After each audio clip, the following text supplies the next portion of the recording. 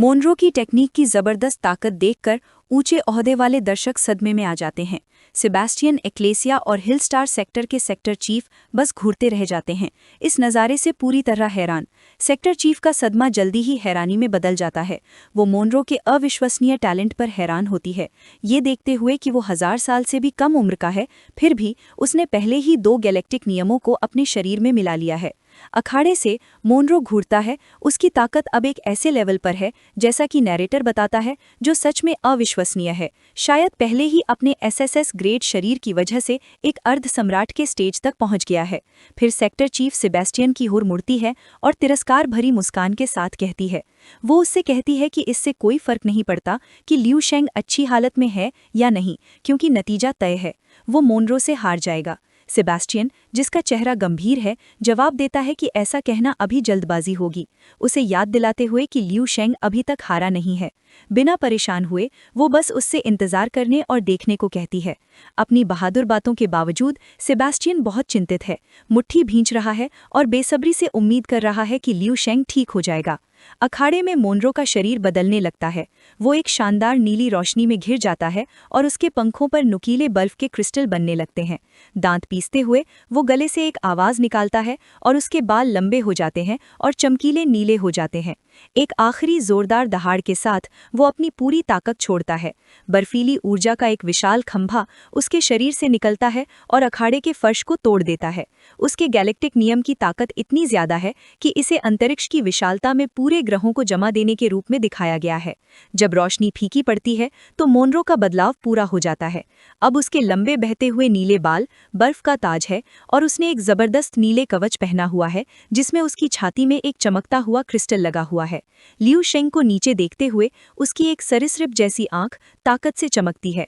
उसके होठों पर एक आत्मविश्वास भरी मुस्कान फैल जाती है और वो अपने प्रतिद्वंदी से कहता है कि उसने काफी इंतजार कर लिया है। मोनरो के बदले हुए रूप से निकलने वाली जबरदस्त ताकत इतनी ज्यादा है कि स्टैंड में ऊंचे बैठे दर्शक भी इसे महसूस कर सकते हैं। वे बेकाबू होकर कांप रहे थे, ठंड की शिकायत कर रहे थे जो उन्हें हड्डियों तक जमा रही थी। एक आदमी हैरानी से कहता है कि इतनी शक्ति के साथ ऐसा लगता है कि मोनरो सच में पूरे तारे को जमा सकता है। अखाड़े में मोनरो शान से तैर रहा था, उसके विशाल काले पंख बर्फ से ढकी जमीन पर छाया डाल रहे थे। वो नीचे अकेले बिना शर्ट वाले लियू शेंग को देखता है। पूरे आत्मविश्वास के साथ वो लियू शेंग से कहता है कि महान अमर वंश के प्रति सम्मान दिखाने के लिए वो उसे अपने सबसे शक्तिशाली रूप से हारने का सम्मान देगा। जैसे ही उसकी आभा चमकती है, उसके सिर के ऊपर टेढ़ी मेढ़ी बर्फ का एक घेरा बन जाता है। पूरे घमंड के साथ वो फिर लियू शेंग को घुटने टेकने और उसकी तारीफ करने का आदेश देता है। हालांकि घुटने टेकने के बजाय लियू शेंग एक शानदार चमकदार रोशनी से घिर जाता है। वो इस चमक के बीच खड़ा है, घायल लेकिन दृढ़। जैसे ही हल्के पंखुड़ी जैसे रोशनी के कण उसके चारों ओर तैर रहे हैं, उसके होठों पर एक हल्की दृढ़ मुस्कान आती है। उसके विचार उन चीज़ों की ओर जाते हैं जो उसने कुछ ही पल पहले देखी थीं। वो तय करता है कि वो स्नोई को फिर से चिंता में नहीं डाल सकता, खासकर सब कुछ होने के बाद। वो जानता है कि प्रेगनेंसी की वजह से उसे आराम करने की ज़रूरत है। ये नया मकसद उसके संकल्प को और मजबूत करता है। ये देखकर कि लियू हार मानने से इनकार कर रहा है, मोनरो लड़ाई को हमेशा के लिए खत्म करने की तैयारी करता है, अपनी मुट्ठी पीछे खींचकर एक आखिरी विनाशकारी मुक्का मारने के लिए। नतीजतन टक्कर से रोशनी और ऊर्जा का एक विनाशकारी विस्फोट होता है जो पूरे अखाड़े को तोड़ देता है, जिससे इस महाकाव्य लड़ाई का नतीजा अधूरा रह जाता है। विनाशकारी विस्फोट स्टेडियम में निराशा की लहर भेजता है। भीड़ में जो दर्शक लियू शेंग के लिए चीयर कर रहे थे, अब उन्हें उसकी हार का यकीन हो गया है। वे चिल्ला रहे हैं कि ये खत्म हो गया है, और वो पूरी तरह से खत्म हो गया है। एक दर्शक घबराकर दूसरे को समझाता है कि ये लेवल 12 का चरम है, एक ऐसी शक्ति जो उन्होंने पहले कभी नहीं देखी है। और क्योंकि लियू शेंग साफ तौर पर लड़ने की हालत में नहीं है, ये एक तरफा नरसंहार है। अपने प्राइवेट देखने के बॉक्स में हिल स्टार सेक्टर की सेक्टर चीफ जीत की खुशी में अपनी जगह से उछल पड़ती है, चिल्लाती है और खुशी से हंसती है। उसके बगल में सेबेस्टियन पूरी तरह से सदमे में घूर रहा है, पूरी तरह से चुप। उसका सदमा एक्लेसिया तोड़ती है, जो पूरी तरह से घबराई हुई नज़र से उसे कुछ करने को कहती है। वो उससे कहती है कि जल्दी से किसी को लियू शेंग को बचाने के लिए भेजो और जोर देती है कि उसे गंभीर रूप से घायल नहीं होने दिया जा सकता। सेबेस्टियन पसीने से तर और डरा हुआ बस हाँ कर पाता है। स्टैंड में लियू शेंग का परिवार और दोस्त पूरी तरह से डर के मारे जम गए हैं। धुएं से भरे अखाड़े को पूरी निराशा भरी नजरों से देखते हुए चिंगी पूरी तरह से टूट जाती है। उसके चेहरे से आंसू बह रहे हैं और वो अपने भाई के लिए चिल्ला रही है। उसके पिता, जिनका चेहरा भी सदमे से पीला पड़ गया है, हकलाते हुए कहते हैं कि उनके छोटे शेंग पर हमला हुआ है। वो अपनी रोती हुई पत्नी को दिलासा देने की कोशिश करते हैं, उन्हें बताते हैं कि सब ठीक हो जाएगा। हालांकि उनके अपने चेहरे पर भी डर साफ दिख रहा है। स्नोई का चेहरा दर्द का मुखौटा। वो अपने हाथों को अपनी छाती से लगा लेती है। उसकी आंखों में आंसू भरे हैं और वो उसका नाम फुसफुसाती है, प्रार्थना करती है कि उसे कुछ ना हुआ हो। फिर अपने भविष्य के लिए गहरे डर के भाव में वो अपना हाथ अपने पेट पर सुरक्षात्मक ढंग से रखती है। स्टेडियम में लगी विशाल होलोग्राफिक स्क्रीन पर घूमते हुए धुएं और मलबे के बादल के अलावा कुछ नहीं दिख रहा। लड़ाई का नतीजा पूरी तरह से छिपा हुआ है। उद्घोषक स्क्रीन की ओर देखता है। उसके चेहरे पर हैरानी और उलझन का मिला जुला भाव है। वो अपने माइक्रोफोन में बोलता है, ये सवाल करता है कि लड़ाई का नतीजा क्या है और पूछता है कि क्या लड़ाई पहले ही खत्म हो गई है। भीड़ में कुछ दर्शक पहले ही दिलचस्पी खो चुके हैं। एक जम्हाई लेता है, पूछता है कि इसमें इतना दिलचस्प क्या है। दूसरा एक इतराते हुए मुस्कान के साथ टिप्पणी करता है कि ये साफ है कि क्या हुआ। भले ही लियू शेंग मरा ना हो, वो निश्चित रूप से गंभीर रूप से घायल है और लड़ाई निश्चित रूप से खत्म हो गई है। जैसे ही धुआं छटता है, उद्घोषक शांत अखाड़े में खड़ा होता है। उसकी आवाज़ में उलझन भरी होती है। वो सोचता है कि विजेता की घोषणा क्यों नहीं की गई। बड़बड़ाता है कि ये निराशाजनक अंत कितना उबाऊ है। वो अपने माइक्रोफोन की ओर देखता है, खुद से पूछता है कि क्या उसे अभी नतीजा घोषित कर देना चाहिए। अचानक उसकी आंखें चौड़ी हो जाती हैं। एक शानदार चकाचौंध करने वाली रोशनी अंधेरे को चीरती है और वो बस यही पूछ पाता है कि वो अविश्वसनीय चमक क्या है। अखाड़े के केंद्र से सुनहरी आग जैसी ऊर्जा का एक विशाल विस्फोट होता है जो उसे अंदर तक हिला देता है। जब रोशनी फीकी पड़ती है तो दृश्य अविश्वसनीय है। लियू शेंग, जो अब एक शक्तिशाली सुनहरी आभा से घिरा हुआ है, ने मॉनरो के अंतिम विनाशकारी मुक्के को एक ही हाथ से आसानी से रोक दिया है। मॉनरो गुस्सा होने के बजाय बहुत खुश है। उसके चेहरे पर एक चौड़ी पागलपन भरी मुस्कान फैल जाती है और वो शुद्ध खुशी से हंसता है। चिल्लाता है कि अमर व्यक्ति आखिरकार अपनी असली शक्ति दिखाने को तैयार है। अब लियू शेंग की आंखें आग जैसी पीली चमक रही हैं। उसके होठों पर एक आत्मविश्वास भरी मुस्कान है जब वो माफी मांगता है, ये समझाते हुए कि वो कुछ देर पहले इतना खुश था कि वो थोड़ा विचलित हो गया था।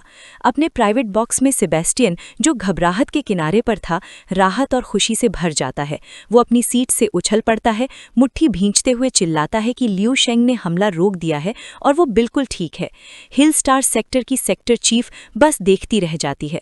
उसके चेहरे पर गहरे सदमे और अविश्वास के भाव हैं। वो घूरती रहती है। उसका दिमाग ये समझने की कोशिश कर रहा है कि वो क्या देख रही है, क्योंकि आखिरकार उसे समझ आता है कि एक अमर वंश की असली शक्ति कैसी दिखती है। अब असली लड़ाई शुरू होती है। दोनों योद्धा अखाड़े के बीच में टकराते हैं। उनकी नीली और सुनहरी आभाएं शुद्ध शक्ति के एक हिंसक विस्फोट में टकराती हैं। मॉनरो के चेहरे पर शैतानी खुशी का भाव है। वो चिल्लाता है कि वो इसी तरह के अमर को देखना चाहता है और ऐसे दुश्मन को हराना ही उसे सच्ची संतुष्टि देगा। वो घोषणा करता है कि उसे, मॉनरो को, एक अमर के खून से अपने हाथ रंगने का सम्मान मिलेगा।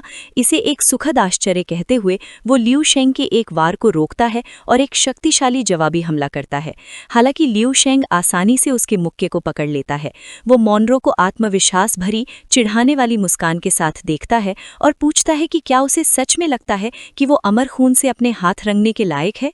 फिर दोनों अपनी पूरी शक्ति का इस्तेमाल करते हैं, एक दूसरे पर वार करते हैं, जिससे नीली और सुनहरी ऊर्जा की शॉक वेव्स पूरे स्टेडियम में फैल जाती हैं। अखाड़े के बीच में एक शानदार सुनहरी आभा से घिरा हुआ लियू शेंग अपने हाथों के बीच भारी मात्रा में आग की ऊर्जा इकट्ठा करता है। एक छोटा राजसी अग्नि फीनिक्स आग की लपटों के बीच आकार लेता है, जैसा कि वो घोषणा करता है कि हिमयुग खत्म हो गया है और एक नया युग शुरू होने वाला है।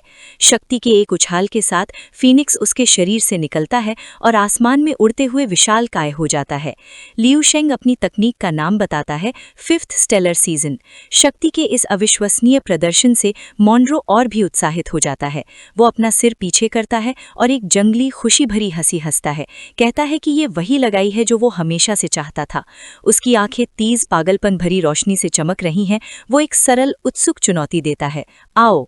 लियू शेंग के फीनिक्स के जवाब में मॉनरो अपना विशाल जानवर बुलाता है, एक शानदार और भयानक ड्रैगन जो शुद्ध आकाशीय बल्ब से बना हुआ है, जो उसके चारों ओर की जगह में लिपटा हुआ है।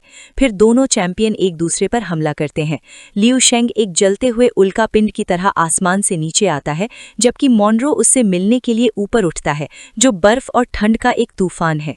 उनकी शक्तियां अखाड़े के बीच में टकराती हैं, जिससे आग और बर्फ का एक विनाशकारी विस्फोट होता है, जो उनके आसपास की जगह की बनावट को ही फाड़ देता है। लड़ाई का विशाल पैमाना दर्शकों को पूरी तरह से सदमे में डाल देता है। भीड़ में एक आदमी अविश्वास में चिल्लाता है, ये कहते हुए कि वो दोनों बस राक्षस हैं। अपने प्राइवेट बॉक्स में सेबेस्टियन डर से पीला पड़ गया है। वो मानता है कि वो भी ऐसी लड़ाई में शामिल होने की हिम्मत नहीं करेगा, क्योंकि एक ही बार उसे धूल में मिलाने के लिए काफी होगा। वो जोर से सोचता है कि वो इतने शक्तिशाली कैसे हो सकते हैं। उसके बगल में एक्लेसिया गंभीर भाव से एक चौंकाने वाला सवाल पूछती है कि क्या इसका मतलब है कि उनका मुकाबला लेवल पहले ही लेजेंडरी लेवल 13 तक पहुंच गया है। स्टैंड में अपनी जगह से लैंड रेलिंग को पकड़ता है। उसका चेहरा पूरी तरह से डर और विस्मय से भरा हुआ है। वो चिल्लाता है कि उनकी वंश की शक्ति एक ऐसे स्तर पर पहुंच गई है जिसे समझना बहुत भयानक है। ये वीडियो का अंत है। अगर आप लोग अगला भाग देखना चाहते हैं तो हमारे चैनल को सब्सक्राइब करें।